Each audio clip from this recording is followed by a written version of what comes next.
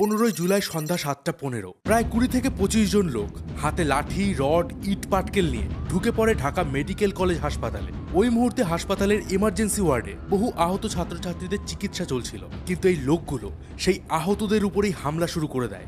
এমনকি এই ছাত্রছাত্রীদের যারা সেবা শুশ্রূষা করছিলেন তাদের উপরেও হামলা হয়। এই দৃশ্যটা শুধুমাত্র ঢাকা মেডিকেল কলেজ বা বিশ্ববিদ্যালয় নয়, এই মুহূর্তে গোটা বাংলাদেশে এই আগুন ছড়িয়ে পড়েছে। আমি যে মুহূর্তে ভিডিও বানাচ্ছি এই সময়ের মধ্যে অলরেডি 6 জন মারা গেছেন আর আহত হয়েছেন কয়েকশো ছাত্রছাত্রী। বন্ধ হয়ে গেছে স্কুল, কলেজ, বিশ্ববিদ্যালয়। কলেজ ক্যাম্পাসে ছোড়া হচ্ছে tear gas, rubber bullet, sound grenade. বাংলাদেশের প্রতিটা কলেজ ক্যাম্পাস আজ রক্তাক্ত। কিন্তু আপনি জানলে হতবাক হবেন, এই সব কিছুই খুব সহজেই বন্ধ করা যেত, আটকানো যেত, যদি সরকার আরেকটু মানবিক হতো। এবার প্রশ্ন হলো, এই সব কিছুর সূত্রপাত কোথায়? কেন ছাত্ররা আন্দোলন করছে? কেন তাদের উপর পাল্টা আক্রমণ হচ্ছে? আর আপনাদেরকে বলে দেই, বাংলাদেশ এই মুহূর্তে যে সমস্যায় ভুগছে তার কিছুটা আমাদের ভারতেও আছে। হ্যাঁ, এটা হলো কোটা সিস্টেম। রিসেন্টলি ভারতের সব থেকে প্রেস্টিজিয়াস এক্সাম ইউপিএসসিতে এই কোটা সিস্টেমের অপব্যবহারের অনেকগুলো ঘটনা সামনে এসেছে। কিন্তু বাংলাদেশে যে কোটা সিস্টেম রয়েছে তার ভয়াবহতা অনেক বেশি। আপনি বলতে পারেন বাংলাদেশের উন্নতির পেছনে সব থেকে বড় বাধা হয়ে দাঁড়িয়ে আছে এই কোটা সিস্টেম। তো বন্ধুরা, আমি রয়েছি মিঠুন আপনাদের সাথে। আজকের ভিডিওতে বাংলাদেশের এই কোটা আন্দোলন নিয়ে আলোচনা করব, তো ভিডিওটা একদম শেষ পর্যন্ত দেখুন। আর হ্যাঁ, আমি কোনো পলিটিক্যাল পার্সন নেই, আর বাংলাদেশে কোনো রকম প্রোপাগান্ডা ছড়ানোর উদ্দেশ্য আমার কিন্তু একদমই নেই। এটা সম্পূর্ণরূপে একটা নিরপেক্ষ ভিডিও। দিনটা ছিল 1952 সালের 21শে ফেব্রুয়ারি। এখনের মতো সেবারও ঢাকার রাস্তায় একদল ছাত্র মিছিল বের করেছিলেন। তারা সবাই ছিলেন নিরস্ত্র। তাদের দাবি ছিল বাংলা ভাষাকে রাষ্ট্রীয় ভাষার মর্যাদা দিতে হবে। খুবই সামান্য একটা দাবি, যা চাইলেই সে সময় সরকার কিন্তু পূরণ করতে পারতেন। কিন্তু অহংকারী পাকিস্তানি সরকার সেই ছাত্রদের উপরে গুলি চালায়। সে সময় মারা যান 5 জন ছাত্র। আর এখান থেকেই দাবি ওঠে একটা স্বাধীন রাষ্ট্রে। বঙ্গবন্ধু শেখ মুজিবুর রহমানের নেতৃত্বে হাতিয়ার তুলে নেয় দেশের সাধারণ মানুষ। শুরু হয় মুক্তিযুদ্ধ। আর 1971 সালে পৃথিবীর মানচিত্রে জন্ম নেয় স্বাধীন বাংলাদেশ।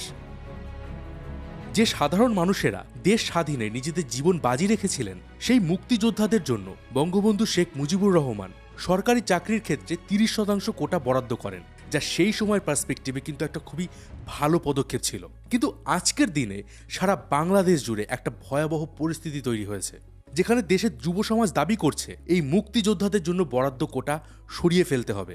এবার এইটুকু শুনে আপনার মনে হবে, এরা কি অকৃতজ্ঞ? যে মুক্তিযোদ্ধারা দেশ স্বাধীন করলো, যাদের জন্য আজ বাংলাদেশ একটা স্বাধীন রাষ্ট্র, তাদের হক ছিনিয়ে নেওয়া হবে? আসলে বিষয়টা এমন নয়, একটু বুঝিয়ে বলি। 1971 সালে যে মুক্তিযোদ্ধারা লড়াই করেছিলেন, আজকের দিনে দাঁড়িয়ে কিন্তু তাদের মধ্যে অনেকেরই চাকরির বয়স নেই। তো প্রশ্ন উঠছে, এই কোটা তাহলে কিসের? দেখুন, একটু আগে আমি বলেছি যে মুক্তিযোদ্ধা যারা ছিলেন তাদের অনেকেই ছিলেন সমাজের খুবই সাধারণ মানুষ।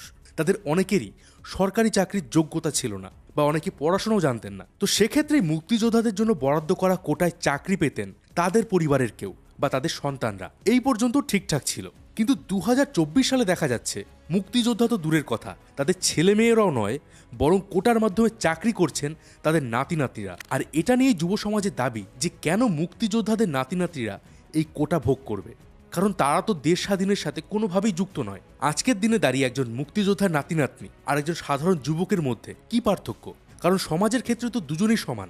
আর সেই হিসাবে দেখতে গেলে এই মুক্তিযোদ্ধা কোটার মাধ্যমে সরাসরি চাকরি ক্ষেত্রে নেপোটিজম হচ্ছে।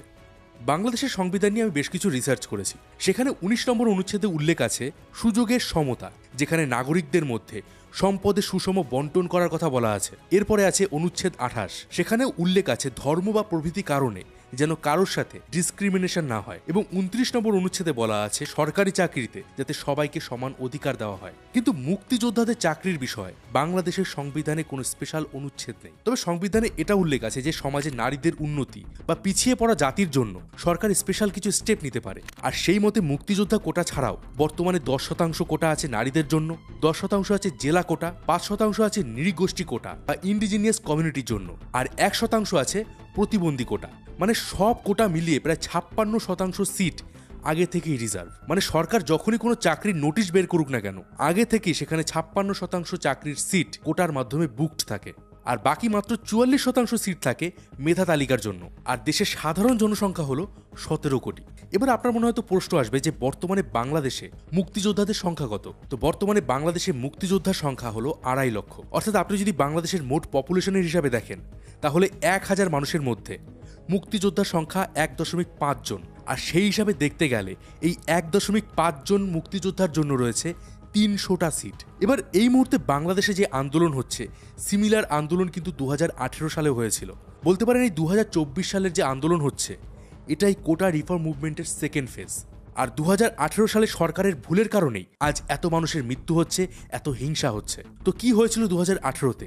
কি ভুল করেছিল সরকার? চলুন এবার সেটা দেখি। 1972 সাল থেকে চলে আসা এই কোটা সিস্টেম নিয়ে যুব সমাজের মধ্যে বহুদিন ধরেই একটা ক্ষোভ ছিল। আর 2024 সালে প্রথমবার বাংলাদেশে এই কোটা সিস্টেম নিয়ে একটা ভীষণ বড় আন্দোলন হয়েছিল। তবে আপনি জানলে অবাক হবেন, এই ছাত্ররা বা যে যুব সমাজ আন্দোলন করছে তারা কিন্তু কখনো এই সম্পূর্ণ কোটা সিস্টেমের বিরুদ্ধে আন্দোলন করেনি। মানে কেউ এটা বলেনি যে সমস্ত কোটা সরিয়ে দিতে হবে। যেমন ধরুন প্রতিবন্ধী যারা আছেন তাদের জন্য বরাদ্দ আছে 1% কোটা, তাদের কোটা বাতিল করার কথা কিন্তু কোথাও কেউ বলেনি। এছাড়া যে পিছিয়ে পড়া উপজাতি রয়েছে তাদের 5% কোটা এবং নারীদের 10% কোটাও এই 2018 সালের আন্দোলনে কিন্তু বাতিল করার কথা কেউ কোথাও বলেনি। এবার আপনি বললেন ভাই তাহলে আন্দোলনটা হচ্ছে কি নিয়ে? তো এই আন্দোলনকারীদের দাবি ছিল শুধুমাত্র 30% মুক্তিযোদ্ধাদের কোটা বাতিল করা হোক। এর ফলে মেধাবীদের জন্য সিট বেড়ে হয়ে যাবে 74%। আর সত্যি বলতে কিন্তু বাংলাদেশ সরকার তাদের কথা শুনেছিল, কিন্তু একটু বিরক্তি মনোভাব নিয়ে এবং হটকারিতার সাথে। এই আন্দোলন দেখে সরকার সে সময় শুধুমাত্র মুক্তিযোদ্ধার কোটা নয় বরং সব ধরনের কোটা বাতিল করে দেয়। এবার এর ফলে বঞ্চিত হয় প্রতিবন্ধীরা। একজন প্রতিবন্ধী মানুষকে সমাজে প্রতিষ্ঠিত হওয়ার সুযোগ করে দেওয়া প্রত্যেকটা দেশের সরকারের অন্যতম গুরুত্বপূর্ণ দায়িত্ব। এছাড়া পিছিয়ে পড়া উপজাতি, নারীরা এরা যাতে সমাজে এগিয়ে আসতে পারে তার দিকে সরকারের নজর দেওয়া উচিত।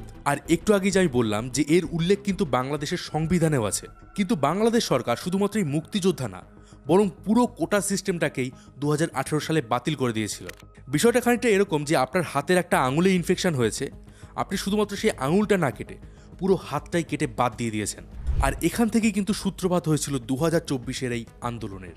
2018 সালে নারীদের এবং উপজাতিদের কোটা বাতিল করায় তারা হাইকোর্টে মামলা দায়ের করে। অন্যদিকে মুক্তিযোদ্ধা সন্তানদের একটি দলও কোটা ফিরে পেতে তারাও আপিল করে। আর 2024 সালের 5ই জুন বাংলাদেশের হাইকোর্ট জানায় যেভাবে 2018 সালে বাংলাদেশ সরকার এই কোটা সিস্টেমটাকে তুলে নিয়েছে সেটা অনৈতিক। তাই চাকরি ক্ষেত্রে আবারও সেই পুরনো কোটা সিস্টেম চালু করতে হবে। মানে আবারও মুক্তিযোদ্ধাদের নাতি নাতিরা 30% কোটা ভোগ করবে। আর এই রায় সামনে আসতেই বাংলাদেশে আবারও 2018-র মতো একটা বিরাট আকারের আন্দোলন হচ্ছে।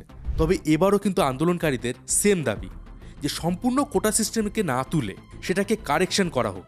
আর আজকের দিনে দাঁড়িয়েও যদি কোনো মুক্তিযোদ্ধা বা তার সন্তানের চাকরির বয়স থেকে থাকে তাহলে তাকে সুযোগ দেওয়া। আর আপনাদেরকে বলে দেই, এই মুক্তিযোদ্ধাদের ভুয়ো পরিচয়পত্র দিয়ে অনেকেই কিন্তু সরকারি চাকরি করছে।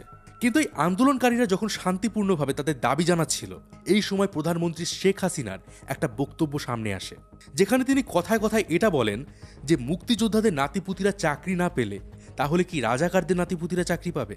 দেখুন, এই কথাটা তিনি যেভাবেই বলে থাকুন না কেন তার এই একটা কথাতেই তিনি লক্ষ লক্ষ আন্দোলনকারীদের মন ভেঙে দিয়েছেন। কারণ সব আন্দোলনকারীদের ভরসা ছিল যে এবার হয়তো প্রধানমন্ত্রী তাদের কথা শুনবেন। আর এই ঘটনার পরেই আন্দোলন আরও তীব্র হয়। তারা স্লোগান দেয়, চেয়েছিলাম অধিকার, হয়ে গেলাম রাজাকার। আর আপনারা নিশ্চয়ই জানবেন যে রাজাকার হলো বাংলাদেশের একটা ঘৃণিত জাতি, যারা যুদ্ধের সময় লক্ষ লক্ষ নারীদের ধর্ষণ করেছে এবং নির্বিচারে হত্যা করেছিল বহু মানুষদের। আর এই রাজাকারদের সাথে চাকরি প্রার্থীদের তুলনা আগুনে ঘি ঢালার মতো কাজ করেছে। বলা হয় যদি তুমি একটা দেশকে ধ্বংস করতে চাও তাহলে সেই দেশের যুব সমাজকে পঙ্গু করে দাও, তাদের শিক্ষা কেড়ে নাও, তাদের আশাগুলোকেও মেরে দাও। আর এই মুহূর্তে সারা বাংলাদেশ জুড়ে এটাই হচ্ছে। আন্দোলনকারীদের আন্দোলন করার অধিকারও কেড়ে নেওয়া হচ্ছে। আর এতে যুক্ত হয়েছে ছাত্রলীগ এবং পুলিশ। ছাত্রলীগের নেতাকর্মীরা এই আন্দোলনকারীদের উপর আক্রমণ চালাচ্ছে। বহু ছাত্রছাত্রীদের তারা মারধর করছে, তাদের ফোন কেড়ে নিচ্ছে, মেয়েদের গায়ে হাত তোলা, ছাদ থেকে ছাত্রদের ফেলে দেওয়া, কোনো কিছুই বাদ যাচ্ছে না। দেখুন, বাংলাদেশ থেকে আমাকে অনেক অডিয়েন্স মেইল করেছেন, মেসেজ করেছেন, আর সেই সমস্ত ভিডিও এবং ছবিগুলো পাঠিয়েছেন। আর সত্যি বলতে সেগুলো এমন এমন সব দৃশ্য যেগুলো আমি আপনাদেরকে ইউটিউবে দেখাতে পারবো না। অন্যদিকে পুলিশও কিন্তু এই আন্দোলনকারীদের উপর রাবার বুলেট থেকে শুরু করে tear gas, sound grenade fire করছে। দেখে যেন মনে হয় 1971-এর সেই উত্তপ্ত বাংলাদেশ। আরও ভাবলে অবাক হবেন, যেখানে দেশের আর্মি আছে, র্যাব আছে, পুলিশ আছে, তারপরেও সেখানে ছাত্রলীগ নিজেরাই দায়িত্ব নিয়েছে এই সমস্ত আন্দোলন দমন করার, আর সরকারও তাদের এই কাজ নিয়ে কোনো রকম মন্তব্য করছে না। দেখুন, বাংলাদেশের স্বাধীনতায় ছাত্রলীগের ভূমিকা ভীষণই গুরুত্বপূর্ণ ছিল, কিন্তু সেই ছাত্রলীগ আজ ছাত্রদের উপরই হামলা করছে, যেটা গোটা বাংলাদেশকে স্তম্ভিত করে দিয়েছে। তবে প্রধানমন্ত্রী শেখ হাসিনা বলেছেন যে সরকার ইতিমধ্যেই সুপ্রিম কোর্টে আপিল করেছে এবং সুপ্রিম কোর্ট 7ই আগস্ট পর্যন্ত হাইকোর্টের রায়ের উপর স্টে দিয়েছে। কিন্তু এসবের পরেও এই আন্দোলন থামার বদলে ক্রমাগত বেড়ে যাচ্ছে। এবার প্রশ্ন হলো, কিভাবে এই কোটা সিস্টেম বাংলাদেশের অগ্রগতির সামনে একটা বাধা হয়ে দাঁড়িয়েছে? এই মুহূর্তে বাংলাদেশের জিডিপি $455 বিলিয়ন। এমন নয় যে বাংলাদেশে অনেক প্রাইভেট ইন্ডাস্ট্রি আছে। আজও বাংলাদেশের একটা হিউজ পপুলেশন চাষাবাদ করে। এবার একটা গরিব ঘরের ছেলে মেয়ের কাছে তো এত পরিমাণ টাকা নেই যে তারা ব্যবসা করবে। তারা চায় যে ভালো করে পড়াশোনা করে জীবিকার জন্য তারা চাকরি বাকরি করবে। আর প্রাইভেট কোম্পানি থেকে গভর্নমেন্ট জবে অনেক বেশি সুযোগ সুবিধা দেওয়া হয়। কিন্তু যখন এই মেধাবী ছাত্রছাত্রীরা পড়াশুনো করে চাকরি করতে যায়, তাদের সামনে আসে এই কোটা সিস্টেম।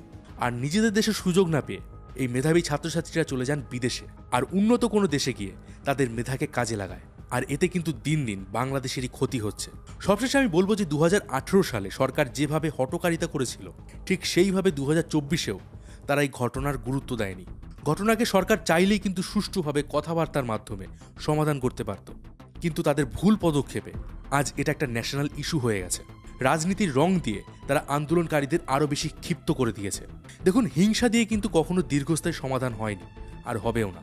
ছাত্ররা একটি দেশের ভবিষ্যৎ, তারাই দেশকে এগিয়ে নিয়ে যাবে। তাদের রক্ত ঝরলে সেটা দেশের জন্য লজ্জা। আচ্ছা, আপনার কি মনে হয়, ছাত্রদের কি সুপ্রিম কোর্টের রায় আসা পর্যন্ত এই আন্দোলন বন্ধ রাখা উচিত, নাকি এই আন্দোলন চালিয়ে যাওয়া উচিত? আপনার মতামত কমেন্ট বক্সে অবশ্যই জানান।